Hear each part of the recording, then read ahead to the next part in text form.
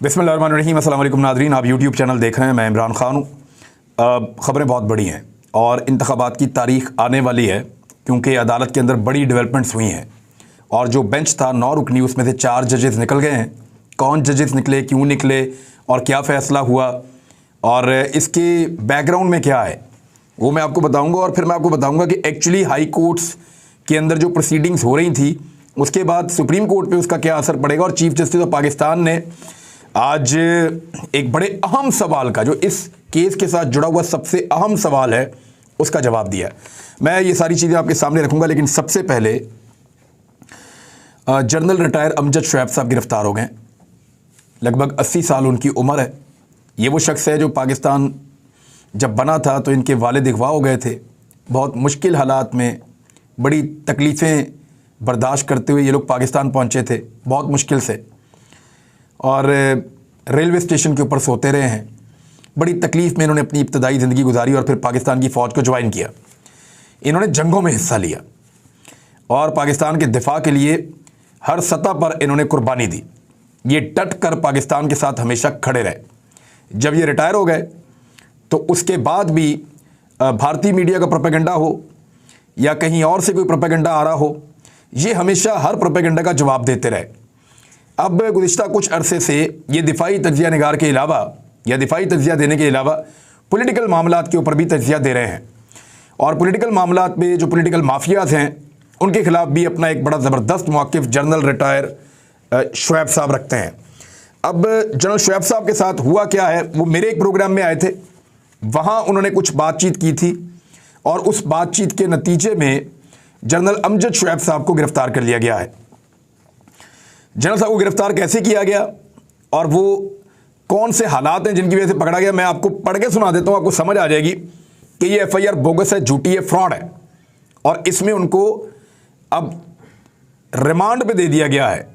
यानी वो शख्स जिसने पाकिस्तान के लिए जंगें लड़ी, वो शख्स जिसने रिटायरमेंट के बाद भी पाकिस्तान के लिए आवाज़ उठाई, वो शख्स जो हमेशा अपने सीने के साथ पाकिस्तान का परचम लगा कर रखता है, आज जब वो अदालत में पेशी के लिए आ रहा था तब भी उसके सीने के ऊपर, उसके कोट के ऊपर पाकिस्तान का परचम लगा हुआ था। उसके चेहरे पे मुस्कुराहट थी। जब उन्हें पूछा गया कि आपको अपनों ने पकड़ा है या किसी और ने पकड़ा है, तो इस पे भी वो मुस्कुरा कर वहाँ से चले गए। लेकिन उस मुस्कुराहट के अंदर जो तकलीफ़ है उसको पूरे पाकिस्तान ने महसूस किया है और इसमें बहुत ज़्यादा रंज है, बहुत ज़्यादा गम है जो रिटायर फ़ौजियों की तंजीम है उसमें, क्योंकि जनरल साहब उस तंजीम को लीड करते हैं। और जनरल साहब बड़े मुतहर्रिक इंसान हैं, एक बुज़ुर्ग इंसान हैं और उनकी पाकिस्तान के लिए बहुत सारी खिदमात भी हैं। उनके पॉलिटिकल पॉइंट ऑफ व्यू से अब इख्तलाफ कर सकते हैं, मुख्तलिफ़ चीज़ें जो वो कहते हैं उनसे आप इख्तलाफ कर सकते हैं, लेकिन आज़ादी इजहार राय आप उनसे नहीं छीन सकते। आज़ादी इजहार राय आप उनसे नहीं छीन सकते, किसी से भी नहीं छीन सकते, और जिससे भी छीनी जाएगी उसके खिलाफ बात की जानी चाहिए। अब जनरल साहब ने ऐसा क्या कहा कि उनके ऊपर ये मुकदमा हो गया, मैंने सारा ट्रांसक्रिप्ट निकाल कर आपके सामने रखा है। जनरल साहब से जब मैंने सवाल किया तो मैंने सवाल किया था इकॉनमी के ऊपर, और मैं फ़रूख हबीब की तरफ जा रहा था तो जनरल साहब ने मुझे रोका और रोक कर वो बोलना चाह रहे थे। उन्होंने कहा कि जेल भरो तहरीक एक गलत फैसला था पाकिस्तान तहरीक इंसाफ का, और उन्होंने ये करार दिया और तहरीक इंसाफ पे तनकीद कर रहे थे जनरल अमजद शुएब साहब। उन्होंने कहा कि जेल भरो तहरीक गलत फैसला था, जो हुक्मरान होता है वो बेशर्मी पे उतरा होता है, कोई फ़र्क नहीं पड़ता, वो पूरे पाकिस्तान में आपके पकड़े हुए लोगों को फैला देगा, फिर आप अपने आप को अजियत देंगे। यानी इस किस्म की बातें वो कर रहे थे। लॉन्ग मार्च से भी कभी हुकूमत नहीं बदली, अपने लोगों को जलीलो ख्वार किया, ये इमरान खान साहब की पॉलिसीज़ पे तनकीद हो रही है। और फिर कहा कि उनके घरों में भी छलांगे लगवाएंगी, फिर क्योंकि वो पुलिस वगैरह घरों पे कूद के आ गई थी। तो वो सारी वो सिनेरियो बता रहे थे कि ना लॉन्ग मार्च अच्छा आइडिया था, ना जेल भरो तहरीक अच्छा आइडिया था। ये जनरल रिटायर अमजद शुएब साहब कह रहे थे। मैंने उनसे यहाँ पे एक सवाल टोक के मैंने कहा तो फिर इमरान खान साहब घर बैठ जाएं और बैठकर बदवाएं दें, और क्या उसके नतीजे में कोई तब्दीली आएगी? तो इस पे जनरल साहब ने फिर कहा कि आप अपनी स्ट्रेटजी पे वर्कआउट करें, आप अपनी हिकमत अमली वर्कआउट करें, यानी अपनी हिकमत अमली आप तैयार करें। जनरल साहब ये कह रहे हैं। ज़रा आप एक एक जुमले पे आप गौर कीजिएगा। ये एक पैराग्राफ है जिसके ऊपर मुकदमा दर्ज हुआ है जनरल साहब पे, और उनको फिर बागी गद्दार, ये सारी जो वो जो एक खेल खेला जाता है पाकिस्तान में हमेशा से, वही खेल जनरल रिटायर अमजद शुएब साहब के साथ खेला जा रहा है। यानी उस आदमी को जो पाकिस्तान का वफादार रहा हमेशा, उसको पाकिस्तान का बागी डिक्लेयर किया जा रहा है कि ये बगावत पे उकसा रहा है पाकिस्तान के लोगों को। अब जनरल साहब क्या कह रहे हैं कि आप अपनी स्ट्रेटजी वर्कआउट करें। फिर जनरल साहब कहते हैं कि मिसाल के तौर पर, यानी उन्होंने जो बात की वो फॉर एग्जांपल की है, मिसाल के तौर पे की है। अब मिसाल के तौर पे कुछ भी कह सकते हैं। मिसाल के तौर पे खुदा न खास्ता इंडिया पाकिस्तान पे हमला कर देता है, मिसाल के तौर पे कोई बहुत बड़ा हादसा हो जाता है, मिसाल के तौर पे वो कुछ भी कह सकते हैं, कोई बड़ी से बड़ी बात कर सकते हैं, क्योंकि वो एक मिसाल दे रहे हैं, वो कोई डायरेक्शन नहीं दे रहे। तो उन्होंने कहा मिसाल के तौर पर अगर आपके कहने पर अगर आप कहते हैं कि जी कल इस्लामाबाद में सरकारी दफ्तरों में कोई नहीं जाएगा, और अगर आपकी कॉल पर लोग नहीं जाते तो अगले दिन हुकूमत सोचेगी कि हम बैठे। तो यहां तक उन्होंने बात की, यहां से मैंने उनको टोक दिया। अब जरा ये देखें कि इस पैराग्राफ के अंदर क्या है ऐसा। उन्होंने कहा मिसाल के तौर पर आप एक स्ट्रेटजी बनाएं, मिसाल के तौर पर अगर आपके कहने पे अगर आप कहते हैं, यानी 2 मरतबा अगर का लफ्ज़ आ चुका है, तीसरी मरतबा फिर आएगा कि जी कल इस्लामाबाद में सरकारी दफातर में कोई नहीं जाएगा, फिर कहते हैं और अगर आपकी कॉल पे लोग नहीं जाते तो अगले दिन हुकूमत सोचेगी कि हम बैठे। तो यहां मैंने उनको टोका, मैंने कहा नहीं, ये वाला ऐलान करके तो अपने आप को ख़राब करने वाली बात है। इसका रीज़न ये है कि पाकिस्तान के जो सरकारी महकमों में काम करने वाले लोग हैं उनको ट्रेंड ऐसे किया जाता है कि वो खासे बुज़दिल हो जाते हैं, ये मैंने कहा उसमें, और फिर वो इन महकमों में नौकरी के ऐसे गुलाम बन जाते हैं कि अपनी आज़ाद सोच के मुताबिक फ़ैसला नहीं कर पाते। मैंने उनके इस आइडिया को कहा कि नहीं, ये ड्रॉप आइडिया है, या मुझे लगा कि ये फ्लॉप आइडिया है, ये नहीं हो पाएगा। लोग अपनी नौकरियां ख़राब नहीं करते पाकिस्तान जैसे मुल्क के अंदर जहां पे बहुत ज़्यादा अदम तहफ़्फ़ुज़ के शिकार हैं पहले ही लोग। अब ज़रा इस पर गौर करें कि कहा क्या जनरल साहब ने, क्या कहा। उन्होंने एक मिसाल के तौर पे बात की, और इस पे इस वक्त वो जिस्मानी रिमांड 80 साल की उम्र में अपने सीने पे पाकिस्तान का परचम लगाकर भुगत रहे हैं। ये है जी वो मामला, मैंने आपके सामने रख दिया। अब आ जाए जरा सुप्रीम कोर्ट ऑफ पाकिस्तान में सबसे बड़ी खबर है, मरीम नवाज़ की कुछ मासूम ख्वाहिशें भी आई हैं। वो साहिवाल गई थी जलसा करने के लिए, जो सबसे छोटा ग्राउंड था उसका इंतखाब किया गया, और वो ग्राउंड भी आधे से ज़्यादा खाली पड़ा था। ये मनाजिर आप देख लें उसके, मुझे अभी कुछ दोस्तों ने भेजे हैं। ये मनाजिर उस वक्त के हैं जब मरीम नवाज़ साहिबा तकरीर कर रही थी, यानी साहिवाल जहाँ पे पाकिस्तान मुस्लिम लीग नून का तोती बोलता था, उस वक्त मरीम नवाज़ की तकरीर के दौरान लोग छोड़ कर जा रहे थे, और लोग आपस में बातें कर रहे थे, और बहुत थोड़ी तादाद में लोग मैदान के अंदर खड़े थे, और छोटा सा मैदान जो है उसका इंतखाब किया गया था। तो ये सिचुएशन हो गई है। इसके बावजूद कि तमाम सरकारी वसाइल इस्तेमाल किए गए, और तो और बिजली भी चोरी की थी। मैंने 2010 में गालिबन नवाज शरीफ के एक जलसे में बिजली चोरी पकड़ ली थी, और मैंने वो खबर टीवी चैनल्स को दे दी थी। कुछ टीवी चैनल्स पे वो खबर चल गई थी और कुछ ने नहीं चलाई थी। उसके बाद ख्वाजा साद रफ़ीक साहब बड़े गुस्से में हमारे ऑफिस आए थे, और उसका मैंने खुमियादा भुगता था बाद में, क्योंकि हमारे डायरेक्टर न्यूज़ उस दौर में फ़ाद हुसैन साहब हुआ करते थे, और ख्वाजा साद रफ़ीक ने आके फ़ाद हुसैन से बात की, और फिर मेरे ऊपर नज़ला गिरा इस बात का कि आपने ये कहाँ से ढूंढ ली, और ये चोरी की बिजली कैसे, और ये क्यों है। तो इसके ऊपर बड़ा एक मसला उठ गया था, क्योंकि नवाज शरीफ साहब को बड़ा माइंड किया था उन्होंने। मैंने देखा कुंडा लगा हुआ है सामने बिजली के साथ, खंबे के साथ, तो मैंने कहा कुंडा लगा के कौन सा जलसा होता है भाई, मीटर के अंदर लगाओ, बिल दो जाके, या अपने स्विच के अंदर लगाओ, उसका बिल भरो, या अपना जनरेटर लगाओ। तो चोरी की बिजली पे जलसा कर रहे थे। वैसे ही आज मरीम नवाज ने भी, ये आप देख लें कि डायरेक्ट तारें लगी हुई हैं, और इनके साथ जो है मरीम नवाज साहिबा के जलसे का बंदोबस्त किया गया है।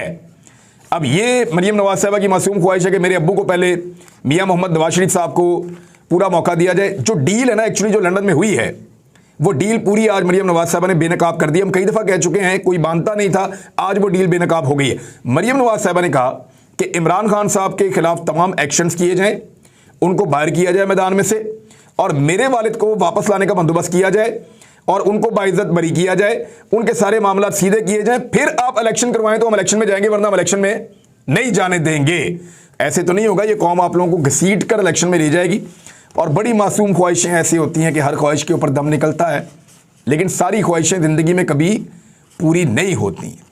यानी आपके सदके बारी तो जा सकते हैं, लेकिन ये इतनी बड़ी बड़ी चीज़ें नहीं दे सकते, बारी आपको नहीं दे सकते। तो बारी कैसे आपको मिलेगी? बारी मिलेगी अवाम जब आपको वोट डालेंगे। अभी दुर्गत बनी है वहाँ पे राजनपुर में, बेड़ा गर्क कर दिया लोगों ने वहाँ पे। टर्न आउट देखें, लोगों को पता है इन्होंने असेंबली में नहीं जाना, या ये असेंबली रहनी है या नहीं रहनी, चंद दिनों की बात है। इसके बावजूद लोग बड़ी तादाद में निकले, बड़ा टर्नआउट था, लोगों ने वोट पहले से भी ज़्यादा डाले, 2018 की जनरल इलेक्शन से भी ज़्यादा डाले। इस फर्क को समझिए, अभी आपको समझ नहीं आएगी, इस वक्त आपको गोते आ रहे हैं और आपकी अवामी मकबूलियत जो है वो ज़मीन बोस हो गई है। अब आ रहे हैं सुप्रीम कोर्ट ऑफ पाकिस्तान का जो कार्रवाई है उस हवाले से। एक तो चीज़ सेटल हो गई है, वो ये था कि आज खुद नोटिस वाला मामला था और बेंच वाला मामला था जो उठ गया था, उसमें कुछ एतराज़ात सामने आए थे। तो 4 जजेस खुद इस बेंच से अलग हो गए हैं और सुप्रीम कोर्ट ने इंतखाबात आज खुद नोटिस केस 23 फरवरी की समाअत का हुक्मनामा जारी कर दिया है। हुक्मनामा क्या है? चीफ जस्टिस सरबराही में justice Mansoor Ali Shah, justice Jamal Khan Bandukhel, justice Munib Akhtar और जस्टिस मोहम्मद अली मज़हर पर मुश्तमिल 5 रुकनी बेंच ने केस की समाअत शुरू की। तो चीफ जस्टिस पाकिस्तान उमर अता बंदयाल ने बताया कि 4 मुअज़्ज़िज़ members justice Ijazul Ahsan, justice Mazahir Ali Naqvi, justice Athar Minallah और जस्टिस याया अफरीदी ने खुद को बेंच से अलग कर लिया है और अब अदालत का बेंच, बाकी बेंच जो है, जो अब नया बेंच बन गया है, नए सिरे से केस शुरू हो गया है, क्योंकि जो पहले वाला था वो सेटल हो गया। अब ये एक नया बेंच बना है 5 रुकनी, ये बेंच अब केस को सुनेगा। इख्तलाफी नोट्स वहां पे मौजूद है, लेकिन ये चीज़ तय हो गई है कि 5 रुकनी बेंच अब बन गया है जो इस केस को सुनेगा। जिन जजेस पे एतराज़ था वो भी निकल गए और कुछ जजेस वैसे भी निकल गए, उनके इख्तलाफी नोट्स भी आ गए। ये चीज़ें अब मादी का किस्सा बन गई हैं। अब क्या होगा इसके ऊपर हम बात करते हैं। और बातचीत हुई क्या? जज साहब ने कहा कि कल 9:30 बजे, ये सुबह जो आएगी, अब समाअत शुरू करके कल ही ख़त्म करने की कोशिश करेंगे। ये बहुत इंपॉर्टेंट है चीज़ कि कल ही शुरू करेंगे और कल ही उसे ख़त्म करने की कोशिश करेंगे। जब तक हुक्मनामा वेबसाइट पर ना आ जाए जारी नहीं कर सकते। जस्टिस जमाल मंदोखेल का नोट हुक्मनामा से पहले ही सोशल मीडिया पर आ गया। मुस्तकबिल में एहतियात करेंगे कि ऐसा वाक़या ना हो। ये बस इतना मेरे ख्याल में कहना काफ़ी है। और अदालती अहकामात पहले वेबसाइट पर आते हैं, फिर पब्लिक होते हैं। इलेक्शन 90 दिन से आगे नहीं जा सकते। जस्टिस जमाल खान मंदोखेल ने पूछा कि क्या इलेक्शन में 90 दिन से ताख़ीर हो सकती है? अली ज़फ़र बैरिस्टर जो है उन्होंने जवाब दिया कि इलेक्शन में 1 घंटे की भी ताख़ीर नहीं हो सकती और तारीख की ना इलेक्शन कमीशन जिम्मेदारी ले रहा है ना गवर्नर। सदर मुमलिकत ने मामले पर 2 खतूत लिखे हैं। जस्टिस मंसूर अली शाह ने कहा कि सदर मुमलिकत का ख़त हाई कोर्ट हुक्म के मुतज़ाद है। फिर उसके बाद जो है जस्टिस मोहम्मद अली मज़हर ने रिमार्क्स दिए कि इलेक्शन कमीशन ने तो अपने जवाब में खुद लिखा है कि गवर्नर से मुशावरत आइन में नहीं। अगर मुशावरत नहीं तो कमीशन फिर खुद इलेक्शन की तारीख दे देता। इलेक्शन कमीशन अगर खुद तारीख दे दे तो क्या ये तौहीन अदालत होगी? वकील इलेक्शन कमीशन ने बताया कि खैबर पख्तूनख्वा में केस की अगली समाअत कल है। चीफ जस्टिस ने कहा कि गवर्नर खैबर पख्तूनख्वा को पेशावर हाई कोर्ट में 21 दिन जवाब जमा करवाने के लिए दिए गए। पेशावर हाई कोर्ट ने 21 दिन का नोटिस क्यों दिया फरीकैन को? कानूनी नुक्ता तय करना है, ये कोई दीवानी मुकदमा तो नहीं है कि इतना वक्त दे दिया गया है। बहरहाल दौरान समाअत इलेक्शन कमीशन ने सवाल किया जस्टिस जनाब मुनीब अख्तर साहब ने कि 2013 और 2018 के इंतखाबात की तारीखें किसने दी थी? तो इस पर जवाब आया कि सदर पाकिस्तान ने दी थी। तो फिर तो मसला ही हल हो गया।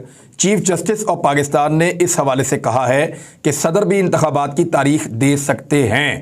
इस बात को अब आप याद रखिएगा कि सदर ऑलरेडी तारीख दे चुके हैं 9 अप्रैल 2023 की। अब मामला ये है कि सीधा साधा केस है। 18 जनवरी से गवर्नर तारीख देने में नाकाम रहे हैं, ये बात अदालत ने कह दी है। खैबर पख्तूनख्वा के सेक्रेटरी को जवाब जमा करवाने की हिदायत की उन्होंने और आज ही गवर्नर खैबर पख्तूनख्वा के सेक्रेटरी जो है वो जवाब जमा करवाएं। और सीधा साधा केस है कि 18 जनवरी से गवर्नर तारीख देने में नाकाम रहे हैं। अच्छा, इसके अलावा जो है वो मेरी बात हुई अजहर सिद्दीक साहब से, उन्होंने कुछ फैक्ट्स मुझे बताए हैं क्योंकि वो इस केस के अंदर बड़ा मरकज़ी किरदार अदा कर रहे हैं। ये जो बेंच है ये डिज़ोल्व हो गया है, एक नया बेंच बन चुका है, केस नए सिरे से सुना जा रहा है और पहले 9 जजेस थे, अब 5 जजेस मौजूद हैं।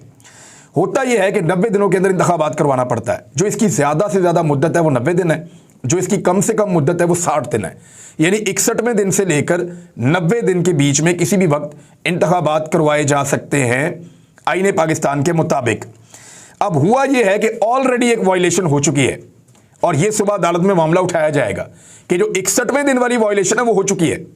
यानी 60वें या 61वें दिन भी इंतखाबात करवाए जा सकते हैं। ये वाली वायलेशन इसलिए हो चुकी है कि इस मामले को आगे बढ़ाया ही नहीं गया। अब इसमें बहुत सारी चीज़ें हैं, जो फैक्ट्स हैं मैं आपके सामने रख देता हूं। लाहौर हाई कोर्ट में यह मामला 30 तारीख को शुरू हुआ था। 10 तारीख को लाहौर हाई कोर्ट ने इसको ख़त्म कर दिया था। उस वक्त 63 दिन बाकी थे और उनको यह लगा कि 2-3 दिन के अंदर इसके ऊपर फैसला हो जाएगा, कम से कम 60 और ज़्यादा से ज़्यादा 90 दिन वो टाइम ड्यूरेशन आईने पाकिस्तान के मुताबिक मिल जाएगी। लेकिन जब वो नहीं मिली तो अजहर सिद्दीक साहब ने तौहीन अदालत की दरख्वास्त दायर की। उसके बाद उन्होंने एक और दरख्वास्त दायर की जिसमें उन्होंने कहा कि जज जो हैं वो अहकामात जारी करे अदालत सदर पाकिस्तान के लिए कि सदर पाकिस्तान को डायरेक्शन दी जाए कि वो इलेक्शन की तारीख दें, क्योंकि ये हुकूमत नहीं दे रही। फिर जो है 20 फरवरी 21 फरवरी ये सारे केसेस इन दिनों में चलते रहे और एक नोटिस जो है वो सदर पाकिस्तान को भी किया गया और जिस दिन नोटिस किया गया उसी दिन सदर पाकिस्तान ने इंतखाबात की तारीख दे दी। तो अब ये बिल्कुल एक सिंपल चीज़ हो चुकी है, इसमें कोई रॉकेट साइंस मौजूद नहीं है। आप देखेंगे कि कल मंगल वाले रोज़ या ज़्यादा से ज़्यादा बुध वाले दिन इसके ऊपर फैसला आ जाएगा और कभी इम्कान ये है कि ख्वाहिश के बरक्स इलेक्शन में तो जाना पड़ेगा। अब तक इतना ही, अपना ख्याल रखिएगा, अपने चैनल का भी। अल्लाह हाफ़िज़।